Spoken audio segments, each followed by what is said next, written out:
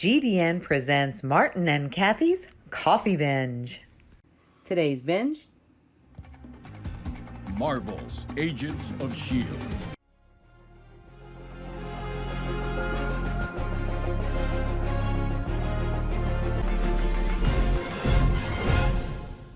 All right, welcome once again to another episode of Martin and Kathy's Coffee Binge. I'm Martin. And I'm Kathy.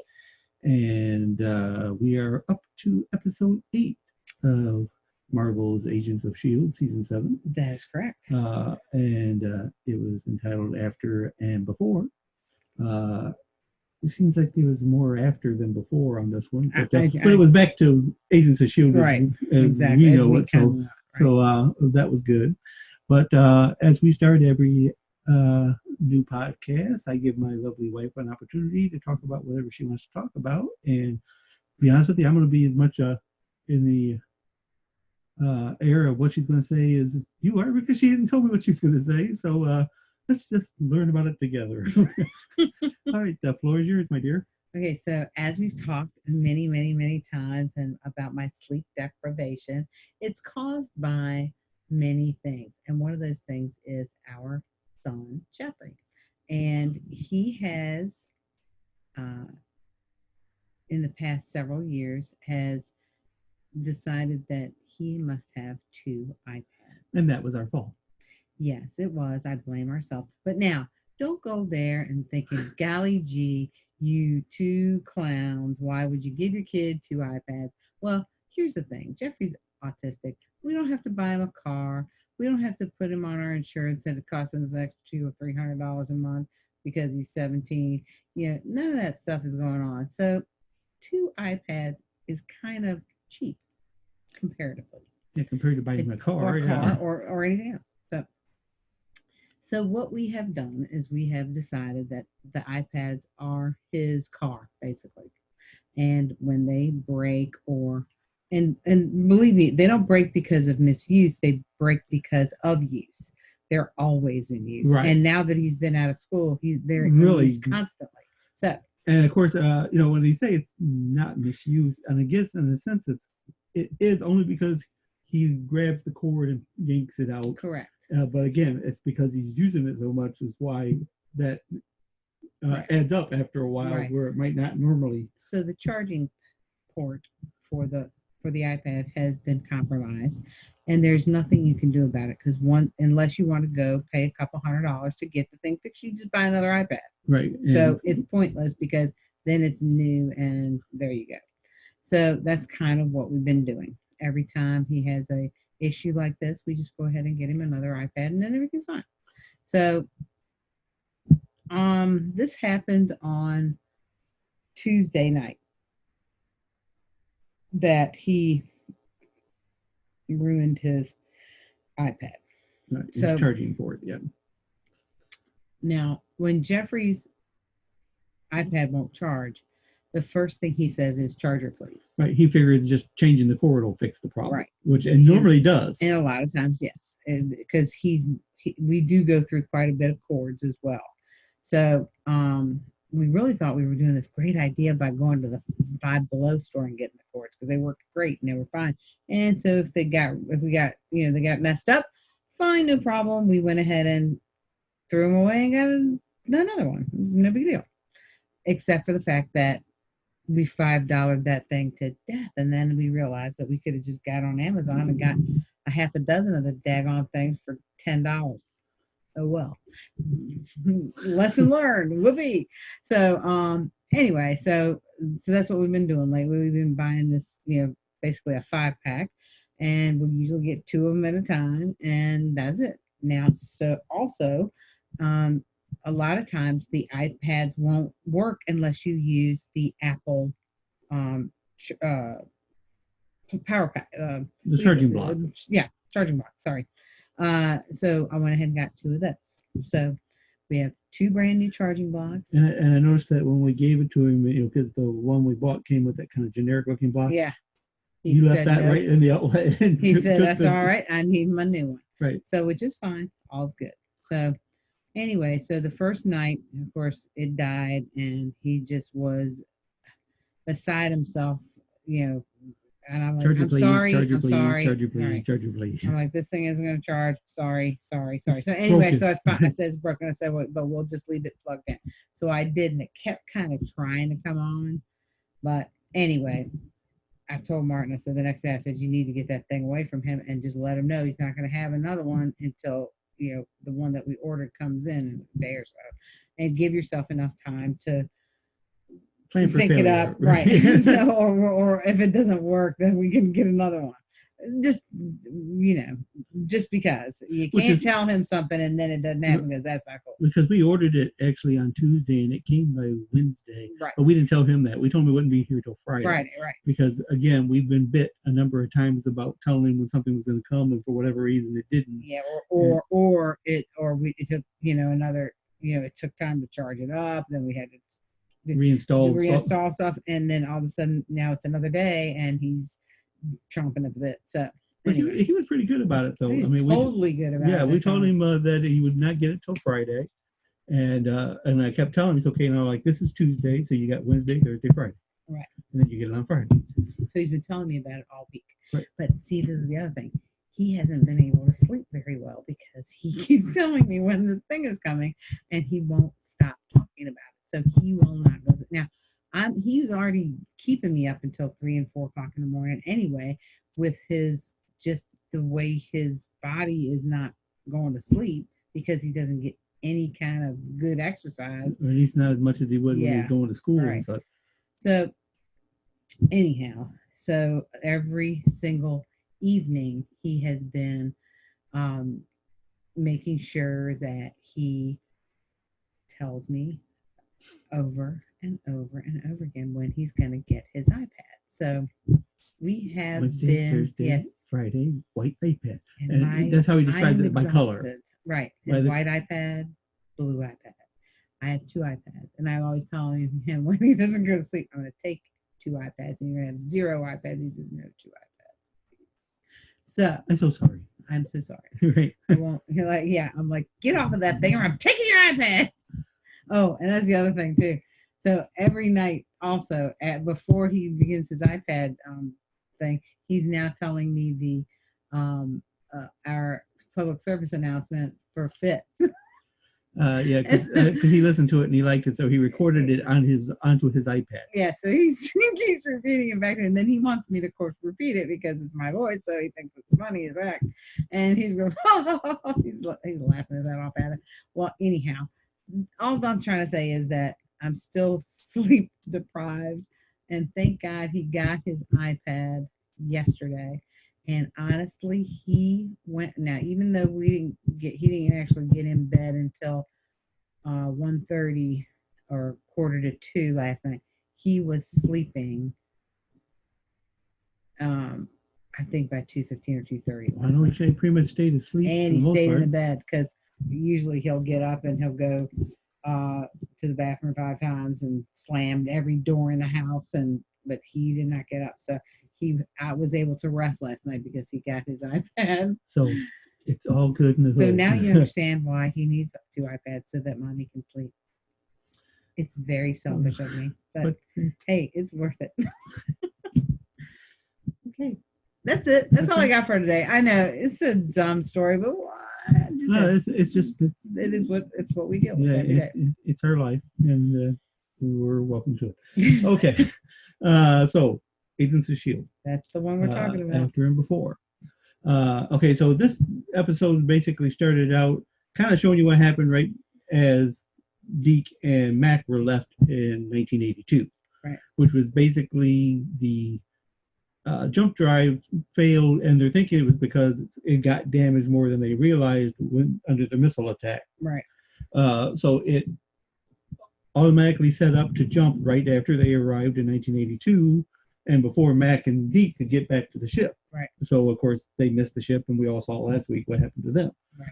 But in the meantime, what Gemma realized is that the jump drive is malfunctioning, and she gave a good explanation of it.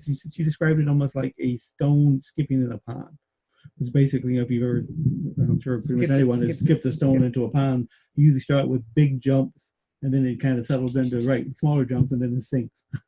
So that's basically what she was saying is happening to the Zephyr, is that the jump drive is failing, and they're doing initially longer jumps, but eventually it's going to get to the point where metaphorically it's going to sink unless they can fix it. Now, to fix it, they have to get access to the jump drive, but it has got a cycle of energy going on that they cannot get near. And the only way to get near it was to be fast enough to penetrate it. And the only one who would have been fast enough to penetrate it would have been Yo-Yo. Right. But of course, Yo-Yo is still having her problems as she can't access her powers. Of course, they're in 1983 now. And in 1983, Daisy's mother, Jiaying, is still at Afterlife. So they're thinking, well, then what we need to do is go ahead and have Yo-Yo go to Afterlife, and if anyone can help her with inhuman issues, it would be Jiaying. So they go ahead and jump in the Quinjet and leave the Zephyr to go visit to Afterlife to visit Jiaying right as the Zephyr, right after they get off just before the Zephyr jumps. And the Zephyr is just continuing to jump. So they're trying to solve the problem while May and Yo-Yo are going to visit Jiaying. And of course, May apparently has developed, her powers have developed to the point where she no longer has to touch people to feel what they're feeling. Now she can do it from a distance. And they're talking about it as they're heading toward Afterlife. And May says that she picked up on Yo-Yo and Mac's reunion from outside the room. And of course, Yo-Yo is kind of embarrassed and also feeling kind of a little bit violated. And of course, May saying, "Hey, it wasn't all that bad." And she said, "If you're feeling what I'm feeling now, then neither one of us are going to be any good because I'm all worried and frustrated." And May says, "I know, I can feel that, which is why you need to sit down and relax."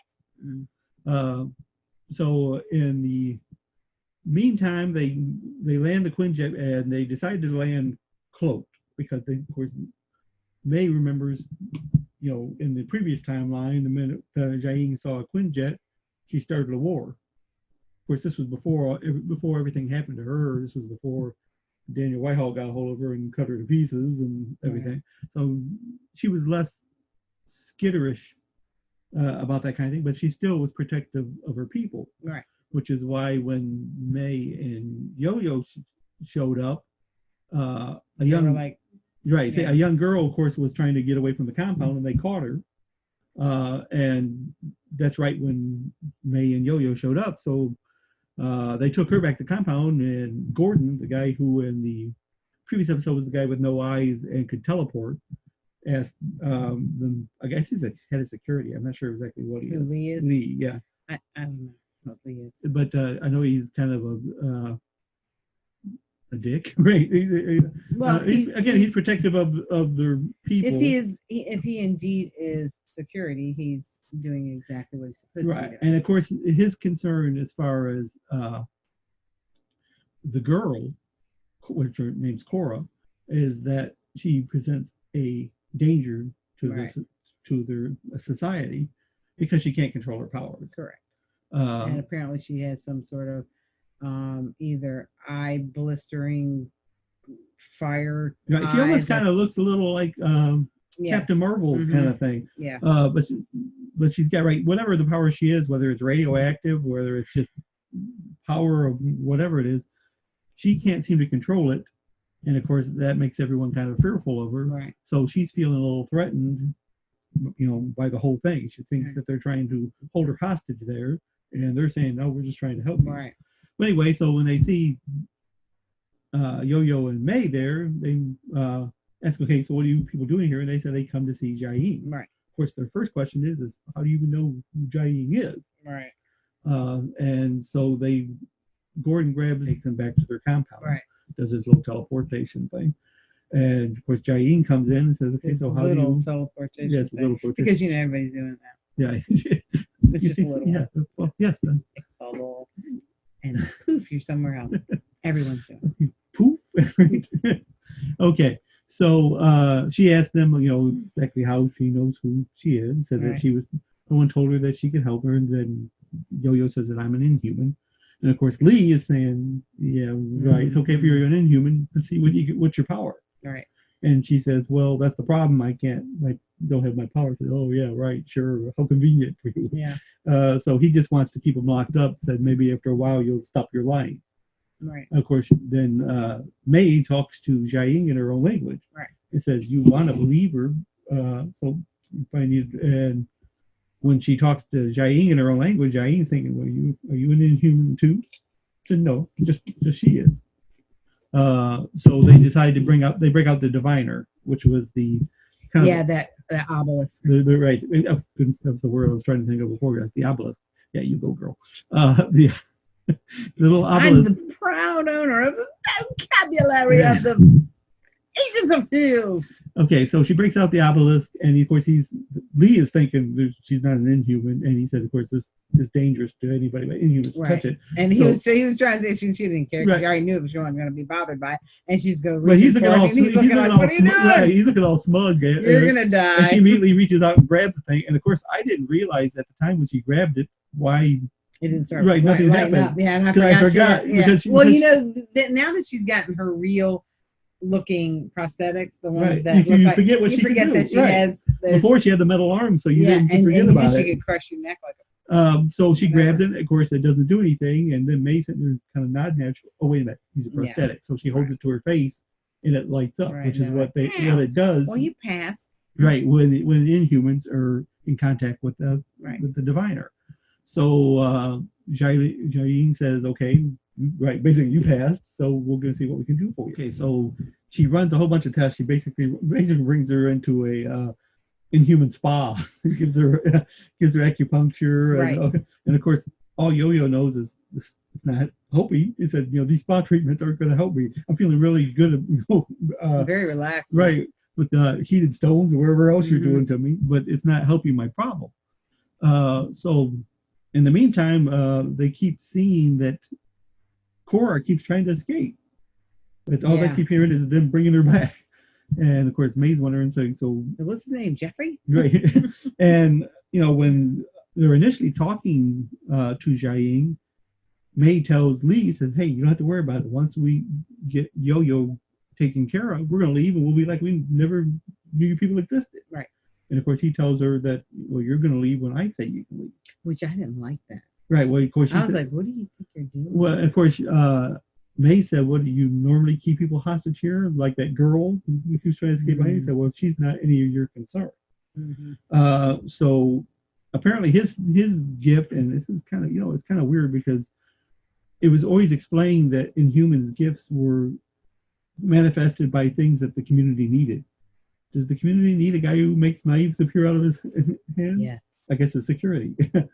So that's what his power was. He could make knives appear out of his hands. So he does that in front of May. May, of course, immediately goes into defensive mode and jams the knife back toward him, and it disappears, and he brings up another knife. Right. Now, according to him, he said that he did this to see if Yo-Yo's powers were coming back. Right. And Yo-Yo tried to move. Yeah, she did. But it's the same problem. She kind of locks in place. Right. So after that, Jiaying says, okay, I think I have a theory of what your problem is. And we got one more test that we're running, and I'll be able to let you know in the morning. This is right again where Cora's trying to escape again. Right. And this time, Jiaying locks May and Yo-Yo into the room. Right. So they're sitting there waiting for the results because Yo-Yo is saying that, okay, if she doesn't come up with some kind of magic pill for me to fix it, we're out of here. Yeah, we're out of here. And May says, yeah, I agree. And whatever is going on with this girl, that's not our problem. Right. Okay, so she comes the next day to get them, and she asked them if they got any rest. At the time, Yo-Yo was snoring. So May says, well, one of us was getting some sleep. So she goes, well, we ran our final test, and your problem is not physical, it's mental. Who said that? He didn't say. She Basically, said it was mental. She said it was in your mind. Right. Same thing. No, but mental. I know, but who said that was her problem originally? What? Who said that was her problem originally when this whole thing started? No. Oh. I'm sorry. Give yourself some credit. You did. I did say that. And you want to know why I said it? Right, because it was from the get-go. I said the very first time she couldn't do it. I said, oh man, she done psyched herself out, because that's exactly what I would do. anytime I was batting and I had a bad at bat than the previous at bat, it's the same thing. It was my power. It was my power. We're breaking out your softball stories now. Hey, it doesn't matter. I used to hit line drives up the middle all the time. That was my superpower. And all of a sudden, I had a bad outing, and it messed me up for like 3 games. And I was getting in my own head. And same with diving. I do great diving, great diving, great diving. Then I had bad meat, and all of a sudden I'm in my head, and then I couldn't get out of my head. That's what happened.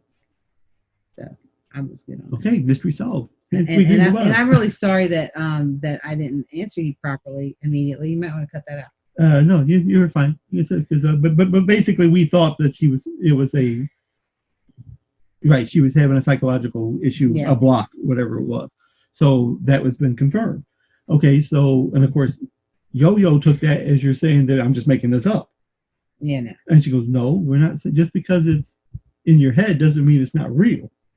But he said, it's really in your head, right? But she's thinking that we might have a solution for you right here. And she started looking at May. Said, do you feel her anxiety spiking? And she goes, well, yeah. Says, well, you might be able to be an emotional guide to her to figure out what her problem is. The eyes began to roll, and so did this was my favorite part of this episode. I know, and Yo-Yo goes, right, and of course, Yo-Yo's going and said, "Oh no, sharing emotions is not her thing." And May goes, "It's really not. It's really not." So she has them sitting there on the floor in like yoga poses with their hands on each other's legs, right? And May's, of course, thinking this is my absolute worst nightmare ever. So Jaeen comes up with a little cup of tea for Yo-Yo and says, "Here, I want you to take this." Now, and I thought it was funny because the minute she handed it to Yo-Yo, Yo-Yo immediately gulps it down. And I was thinking, you didn't even wait. What if she was going to tell you, "Okay, this is poison. I just need you to smell it." But she didn't even wait. She just gulped it down. And of course, May is going, "Is that whiskey? If so, I want lots." And Yo-Yo goes, "No, it's like herbs and dirt." So they're sitting there, and of course, they're basically all they're doing is just like heavy breathing, like sighs. While Jaeen is sitting there, right, is going. So Jaeen goes, "I can tell that my presence here is making you self-conscious. So I'm going to let you guys figure this out." So of course they try it again, and of course Yo-Yo gives it all about 5 seconds, and said, "This isn't working." And May is telling her, "Yeah, because all I feel from you is embarrassment." So he said, "Well, we're thinking that contact will help. I got a better idea." So, and of course, Yo-Yo's thinking, "Well, we're not going to spoon, are we?" He says, "No." So instead, what they do is they spar. They basically, do their training fights. And every time May hits Yo-Yo, she has a flashback. First time she does it is when the Shrike invades her. Right.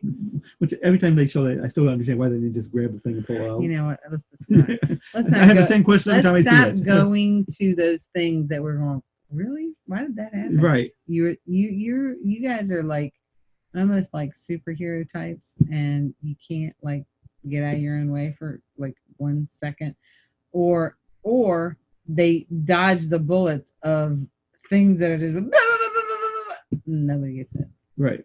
Okay. And where the hell are they shooting? Like, no one got even nicked. There was a 7,000 bullets. Okay, but we digress. Okay, sorry. But so in the meantime, she tells Yo-Yo, "It's okay, try to use your powers to keep me from hitting you." And of course, she's trying, but she can't do it. So May hits her again, and she's the young girl hanging, who's hung. Yeah. The next time she gets hit, she sees Ruby. Right. Of course, I can understand the this young one. girl that was hung. Oh, sorry about that. I was touching the wires. Oh, I messed it up. Sorry. Okay, everybody's all right now. Maybe crooked there. Okay. Sorry. Anyway, the young girl that was hung. Yeah. You started to say something, and then you. What about the young girl that was hung? God, you can't remember her name again, can you? No, that's why I left it to you, and now you're failing me. Dude. What the hell is wrong with you? Why can't you remember it? This coming from the woman. Why do I have to remember everything? Because you don't remember it. Her name is. I'll tell you what her name is. Her name is. Fancy britches. Starts with an S, maybe. The short name. C. C or an S. S or C. C. There. It doesn't matter what her name is. I know, but I want to know it. What keep happening? I don't know. See, I had to ask you this last time, and now I've. I got it right. Right. When you looked it up, you certainly did. Yeah, but I told you what it started with, and I was right. Oh, that was Gordon. Yeah, Sorry. it was Gordon. Okay, so anyway, but still, what was let's her move name? on from the. Can we just tell? Just what's her name? Starts with S. How you know it starts with S? Go ahead. Keep going. I'll find it. Okay, so in the meantime, while she has the brief glimpse of the hanging woman from season 5, Mhm. then she also sees Ruby, which Right. I can understand that one because Because she cut her neck right because she killed her, half. Right. and of course she did that because she was trying to stop her from being the destroyer of worlds. Right. But still, she had guilt from that because Ruby was a young girl, and perhaps didn't need to die. Right. But anyway, so I'm gonna go with yeah. She did need to die. What was gonna happen to her? She was gonna be able to ingest all those crazy guys talking in her head all the time. She couldn't handle a tiny little bit of it. right, well, and of course she Never still mind. had the powers that were making people crush them with her mind and things like that. Yeah. Okay, so anyway, Which is another sad. right, so they have another. She hits her, basically flips her to the floor, and she remembers a scene back when she was a child of 10 or 11 years old. Right. And this is where May is thinking, okay, now we're getting somewhere. And basically what it come down to was when Yo-Yo was 10 or 11 years old, she moved in with her uncle and her cousin because her father had gotten mixed up with some bad people. So to protect her, she moved in with her uncle. Well, unfortunately, the bad people basically traced down the uncle because, of course, it's her dad's brother, Right. and wanted to get the payment that her dad owed them. And of course, he said, "I don't have any money for you." And the man picks up a necklace which belonged to Yo-Yo's grandmother Correct. and lays it on the table. So Yo-Yo and her cousin are hiding in a closet while this is going on. And Yo-Yo decides that I do not want him taking my grandma's necklace. So she sneaks out while his back is turned, grabs the necklace, and goes back in the closet. Right. Well, the guy turns around and sees that the necklace is gone and sees the closet kind of ajar. And says, well, as you said, the thief that's in their house. Right, complains says, that there's a There's thief. a thief in it. It's you. Right, it said, which, anyway, so the uncle sees him heading toward the closet, so he gets in front of him, tries to stop him, and he ends up getting next to him. He gets shot and dies. So Yo-Yo is having guilt from that. She said, had I just stood still and didn't go out and get the necklace, he might not have died. So they're making progress, but she still doesn't have her power. In the meantime, Cora goes back out again, and she actually she had used her powers in one of the rooms and kind of obliterated the room. And Lee, of course, says, she's dangerous. We can't control her. We need to. According to Lee, basically, he even wants to put her down. And of course, Jiaying doesn't want to. And that's why Jiaying was actually hoping that whatever was going wrong with Yo-Yo was an actual physical thing that could be used to stop inhuman powers. Because what she wanted to do was be able to get Cora to basically remove her powers so she couldn't hurt herself or anybody else. Right. But of course, Yo-Yo's problem wasn't like that, so that wasn't an avenue for her. So anyway, so Cora, like I said, basically loses control of her power in the room and assaults a guy, but she takes his gun and gets out of the compound, and her plan is to basically kill herself. She's going to shoot herself in the head. Right. But before she can do it, lo and behold, Nathaniel shows up, and we had asked last week whether or not we knew for a fact if Nathaniel had kept Daisy's powers. Well, right. Apparently he did. Yes, and why is he? What's going on? Has he already killed his father and his brother. I want to know where they are. No, Why aren't they? no, his father's. Oh, he already is Deep dead. killed his Yeah, father. he's already dead. But we still, don't know where's about the his brother? right. We Where haven't did seen he go? Gideon since 1973. Right. So again, until I'm proven otherwise, I like to almost want to believe that he killed his brother. But does that change everything? Well, man, there's already changes going on here. No, and again, I still question why it was so easy. Or at least I thought it was easy for him to take Daisy's powers. So just some spinal fluid, some blood samples, and well, I'm sure that he was still. well, I know that right now Sybil was helping. How did he find out about Whitehall? Because the Chronicons hooked his father up with Whitehall beforehand, is my guess. Well, and then he found out about Whitehall's notes, right? Right, which again, to me, as far as I know, that's all he had. Well, maybe so. Okay, well, I want to give the Chronicons some extra credit here. No, they don't need no stinking extra credit. But whatever the reason, Nathaniel still has Daisy's powers, and apparently he's gotten better at managing them since in the 7 years or so. He's still wrapping up his arms though. Yeah, I'm not sure what that. Shaking. It's bone shaking. Is that what that is? Yeah. I mean, those flimsy little whatever he's wearing on his arms. He doesn't have Gemma Simmons and Fitz to fit her up with some nice looking bone protectors. So instead, he's wearing rolled up socks or something on his arms. It has electrical tape on it. Okay. Well, so he. I would have fashioned something just as well. So basically, he quakes the gun that she's getting ready to shoot and makes it fall apart. Shoot herself. Right, and he basically, tells her that they've been holding her hostage over there and not letting her be used. And again, she was vulnerable at that time, so he basically just told her whatever she wanted to hear, and got her to agree to go with him. Right. So in the meantime, they go ahead. Nathaniel's got a whole bunch of his henchmen shows up and they attack the compound. So then when Nathaniel's men are attacking the compound, Yo-Yo was still in the room, and a guy comes in there with a gun, and right when she's going to try to use her powers again, May kicks the guy in the head, knocks him out, and gives Yo-Yo the gun. Right. Okay, so they're under attack. So they go out in the corridor, and a guy's got Gordon on the ground trying to choke the life out of him, and Yo-Yo shoots him, and they end up going into the room where Nathaniel and Cora are at, and Nathaniel uses his power on one of, I think it was the girl actually that he was doing the acupuncture on Yo-Yo. Yeah. But he said, good to me, and knocks her against the wall. Right. So, of course, then Jaing's asking Cora, so, what are you doing? He said, you don't need to do this. Right. And, of course, Nathaniel's telling him, no, she's been trying to hold you down, and she's wanting you to try to keep your powers, and you need to let them go. Right.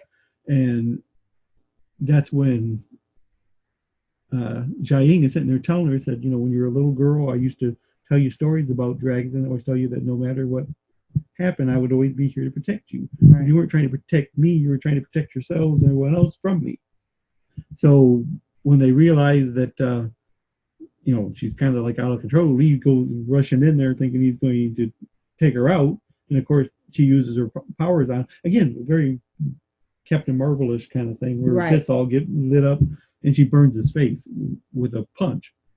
When they see that happen, they realize that things are going bad and they need to escape. So they have Gordon grab Yo-Yo, May, Jiaying, and then they all teleport to the and Gordon, Quinjet. right? They all teleport to the Quinjet. So they get on the Quinjet, and May says, "Okay, you guys can go with us, but we can't guarantee you're going to be any safer with us than you are." Right. And of course, Jiaying is saying that, "Well, I can't leave my people anyway, and I can't leave my daughter." And so that's when we find out that Cora is her daughter. Daughter, right? Which exactly how that transpired, or before or after Daisy was born, we don't know. However, she goes, "Okay, so." Gordon says he thinks he may be able to take them to a place they can hide for right now. And May takes off her watch and says, "Here, let me give you this, and we will signal you when we're ready to come help you." So Gordon materializes her off somewhere, and they get on the Quinjet and leave.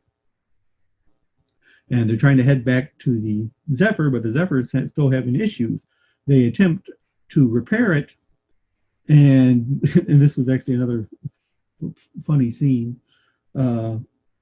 Where Deke has done his repairs, and he's telling Sousa, who's standing there, says, okay, we're gonna try this now, but it's electricity. The electricity is dangerous. Back up. And Sousa's looking at him like, what do you think I am, a Neanderthal? I know that. And Enoch's sitting there looking at him and says, no, I've lived with Neanderthals, and Sousa doesn't look anything like them. He doesn't have the necessary brow ridges. So he said, would you just hit the switch? So they hit the switch, and of course the thing sparks out and dies, so it doesn't do any good. So now they're dependent on Yo-Yo, without realizing, of course, Yo-Yo never got her powers right, back. and that's the whole. So they're, in the meantime, Sousa is saying, well, then we best prepare to abandon ship. Right. So he goes down with to lay out parachutes so they can jump off the ship. This is assuming that the Quinjet doesn't get back. Correct. That they're actually just going to bail out of the plane. Right. So in the meantime, Gemma follows him down and brings a suitcase with her, and she had made him a new prosthetic for his leg. Right. And it was funny because he asked her, he said, have you ever jumped off an airplane before? She goes, yes, I have, but only once with a parachute. Right. Because the first time she just threw herself off because she was trying to sacrifice herself because she knew she was already Actually, she's jumped out of a, well, not jumped, but she's been thrown out of an airplane 3 times because when Ward threw the 2 of them out. I know, but they were in a box when that happened. Well, there you go. That didn't have a parachute on She it. She was only counting that when she jumped off the airplane without the parachute, yeah, and when her and Fitch jumped off the thing with the I parachute. remember that. You're right. So anyway, but he was looking at her incredulously enough that she jumped off once without one. Yeah, well, whatever. So anyway, so he's looking at the leg and he's sitting there. He apologized. He said, because I was really unfair to you back in 1973, which is when he was questioning her why she didn't know why the thing was jumping so much. And she goes, "That's okay. We pulled you out of time." He said, "Well, that's no excuse. I shouldn't have been like that." And he's right. Shouldn't have. Right. It was So pretty rude. Right after she leaves him there, she goes and leaves a message for the missing Fitz, and basically tells him that they've run into problems. They may have to abandon ship here in 1983, and that she will not. She's hopefully not going to give up, and right. that she knows that he will find them, and that's all I should.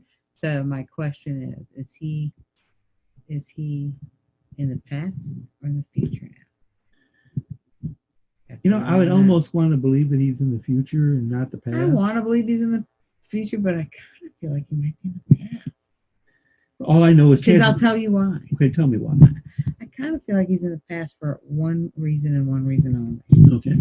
Is that if anything were to go bad, getting to them in the future might be easier than getting to them in the past.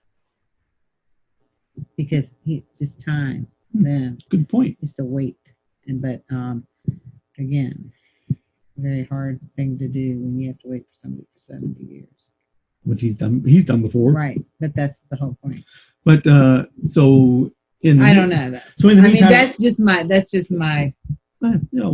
Well, so in the meantime, of course, while she's leaving this message, Deke is standing there listening to it, and basically just telling him what he already knew, that his grandparents really loved each other. So anyway, he tells them this. Okay, we're waiting on Daisy. We're waiting on Yo-Yo and May to return. Right. So we're all up in the command center. So they reappear right as the Zephyr does one of its time jumps, and of course May being May lands the Quinjet right on top of the Zephyr right when it starts to jump again. So she gets them on there, and of course they're thinking, okay, now that you're here, so okay, Yo-Yo back has him. So can you help us? Said it didn't work. Said, well, it said it was a long shot already, anyway. Right. And of course Yo-Yo is feeling horribly guilty that things didn't work out, that she can't help them because they were dependent. What she feels they were dependent on. And May's telling her, say, it's not your fault. Said, we knew this was a possibility. It's not all on you. Said there were other options for us to try, and they didn't work either. Right. So, and of course, May's sitting there telling her, said, don't let this bother you. You're going to bounce back. You always do. And I'm not exactly sure why she thought this would work, but it did. Which was, well, maybe I don't have to bounce back. So she, again, what that cleared, I don't know. But suddenly she decides to, because there was nothing wrong with her. There's no bouncing nowhere. all she Well, see, needed that's to how her do. powers had always worked, though. It always worked. She'd start from one point, and go fast, and then bounce, come back to where she started. And she was saying that it just maybe that's the whole point. She didn't. She just needed to do it. Right. It wasn't. She just needed to focus on the task at hand and do it. And that's what she did. So she. That's what that meant, I think. So basically, she goes, gets her speed back, goes up, and pulls the device out that they wanted to take off, but doesn't bounce back, stays right where she's at. So of course, apparently, problem solved. So kumbaya all around. And now, in the meantime, and it's something we actually kind of blew off there, because truth be known, I don't know if that was really as important to the story as it could have been, and that's Coulson's situation. Of course, at the end of last week's episode, he asked if he's going to get a body back. Okay, so they put him in a machine that was very similar to the same machine that made Ada's body. Except it was a lay down machine. Right, and they made him from head, and they got him about halfway past his torso when Mac decided, when they were trying to decide what they were going to do about the time jump thing, to go ahead and activate him. And he's, of course, Coulson's going, well, I guess it's a good thing you started with my head first and not my feet, because I won't be able to talk to you if you did that. So, but he really didn't have any. Not May. Ada was started from her feet. Yes, she was. Interesting, actually. But anyway, so he didn't really have any insights into it. But, however, he does appear to be having some. Because he had said right when they first activated him the first time that he said, if we survive all this, the fact that I'm a chronocom and I did not want to come back, I'm going to reevaluate what my situation is.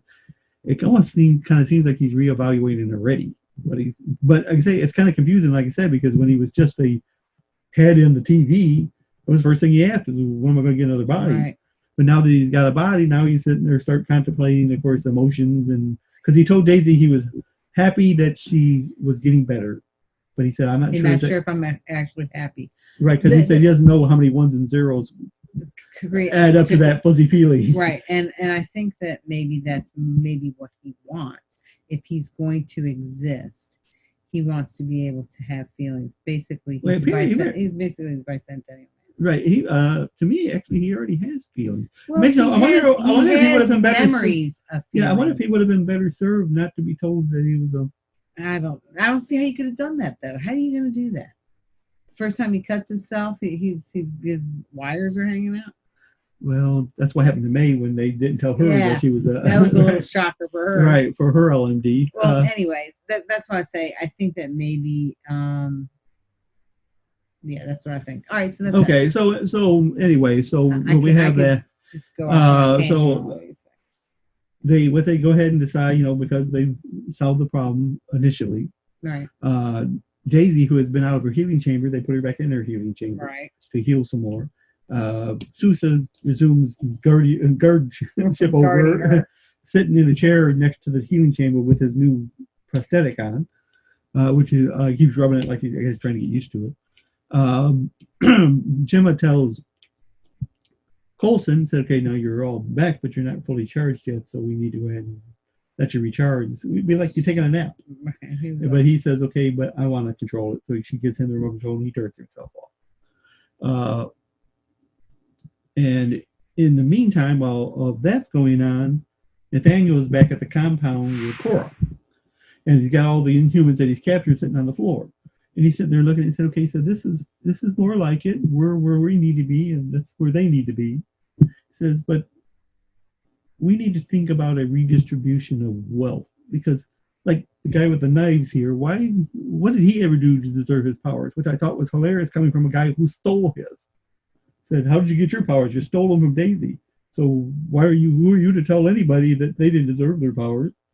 But basically, it sounded like he wanted to maybe start taking more of these people's powers away from them and giving them to somebody else. Well, somebody else or himself, and that would not surprise me, only because I wonder if we'll see Grant Ward again. Of course, if he does that, now if I'm Cora, wouldn't you start being a little concerned that he might have that thought about your powers too? Well, the whole point that I think is terrible about that whole thing is if he does, this is exactly what Whitehall wanted to do. He wanted to take the powered people and power himself Right. and make himself younger. And see, that was the whole reason that when he was talking to Sousa, that he thought that, wow, last time I saw you was 40 years ago and you don't look any different, or something, Right, which is why he something to thought the effect of he that. thought that Sousa was an inhuman Right, as well. because he thought you don't age and I want your DNA too. Right, which of course by Or now whatever. you would think that he would know what Sousa's situation will be now because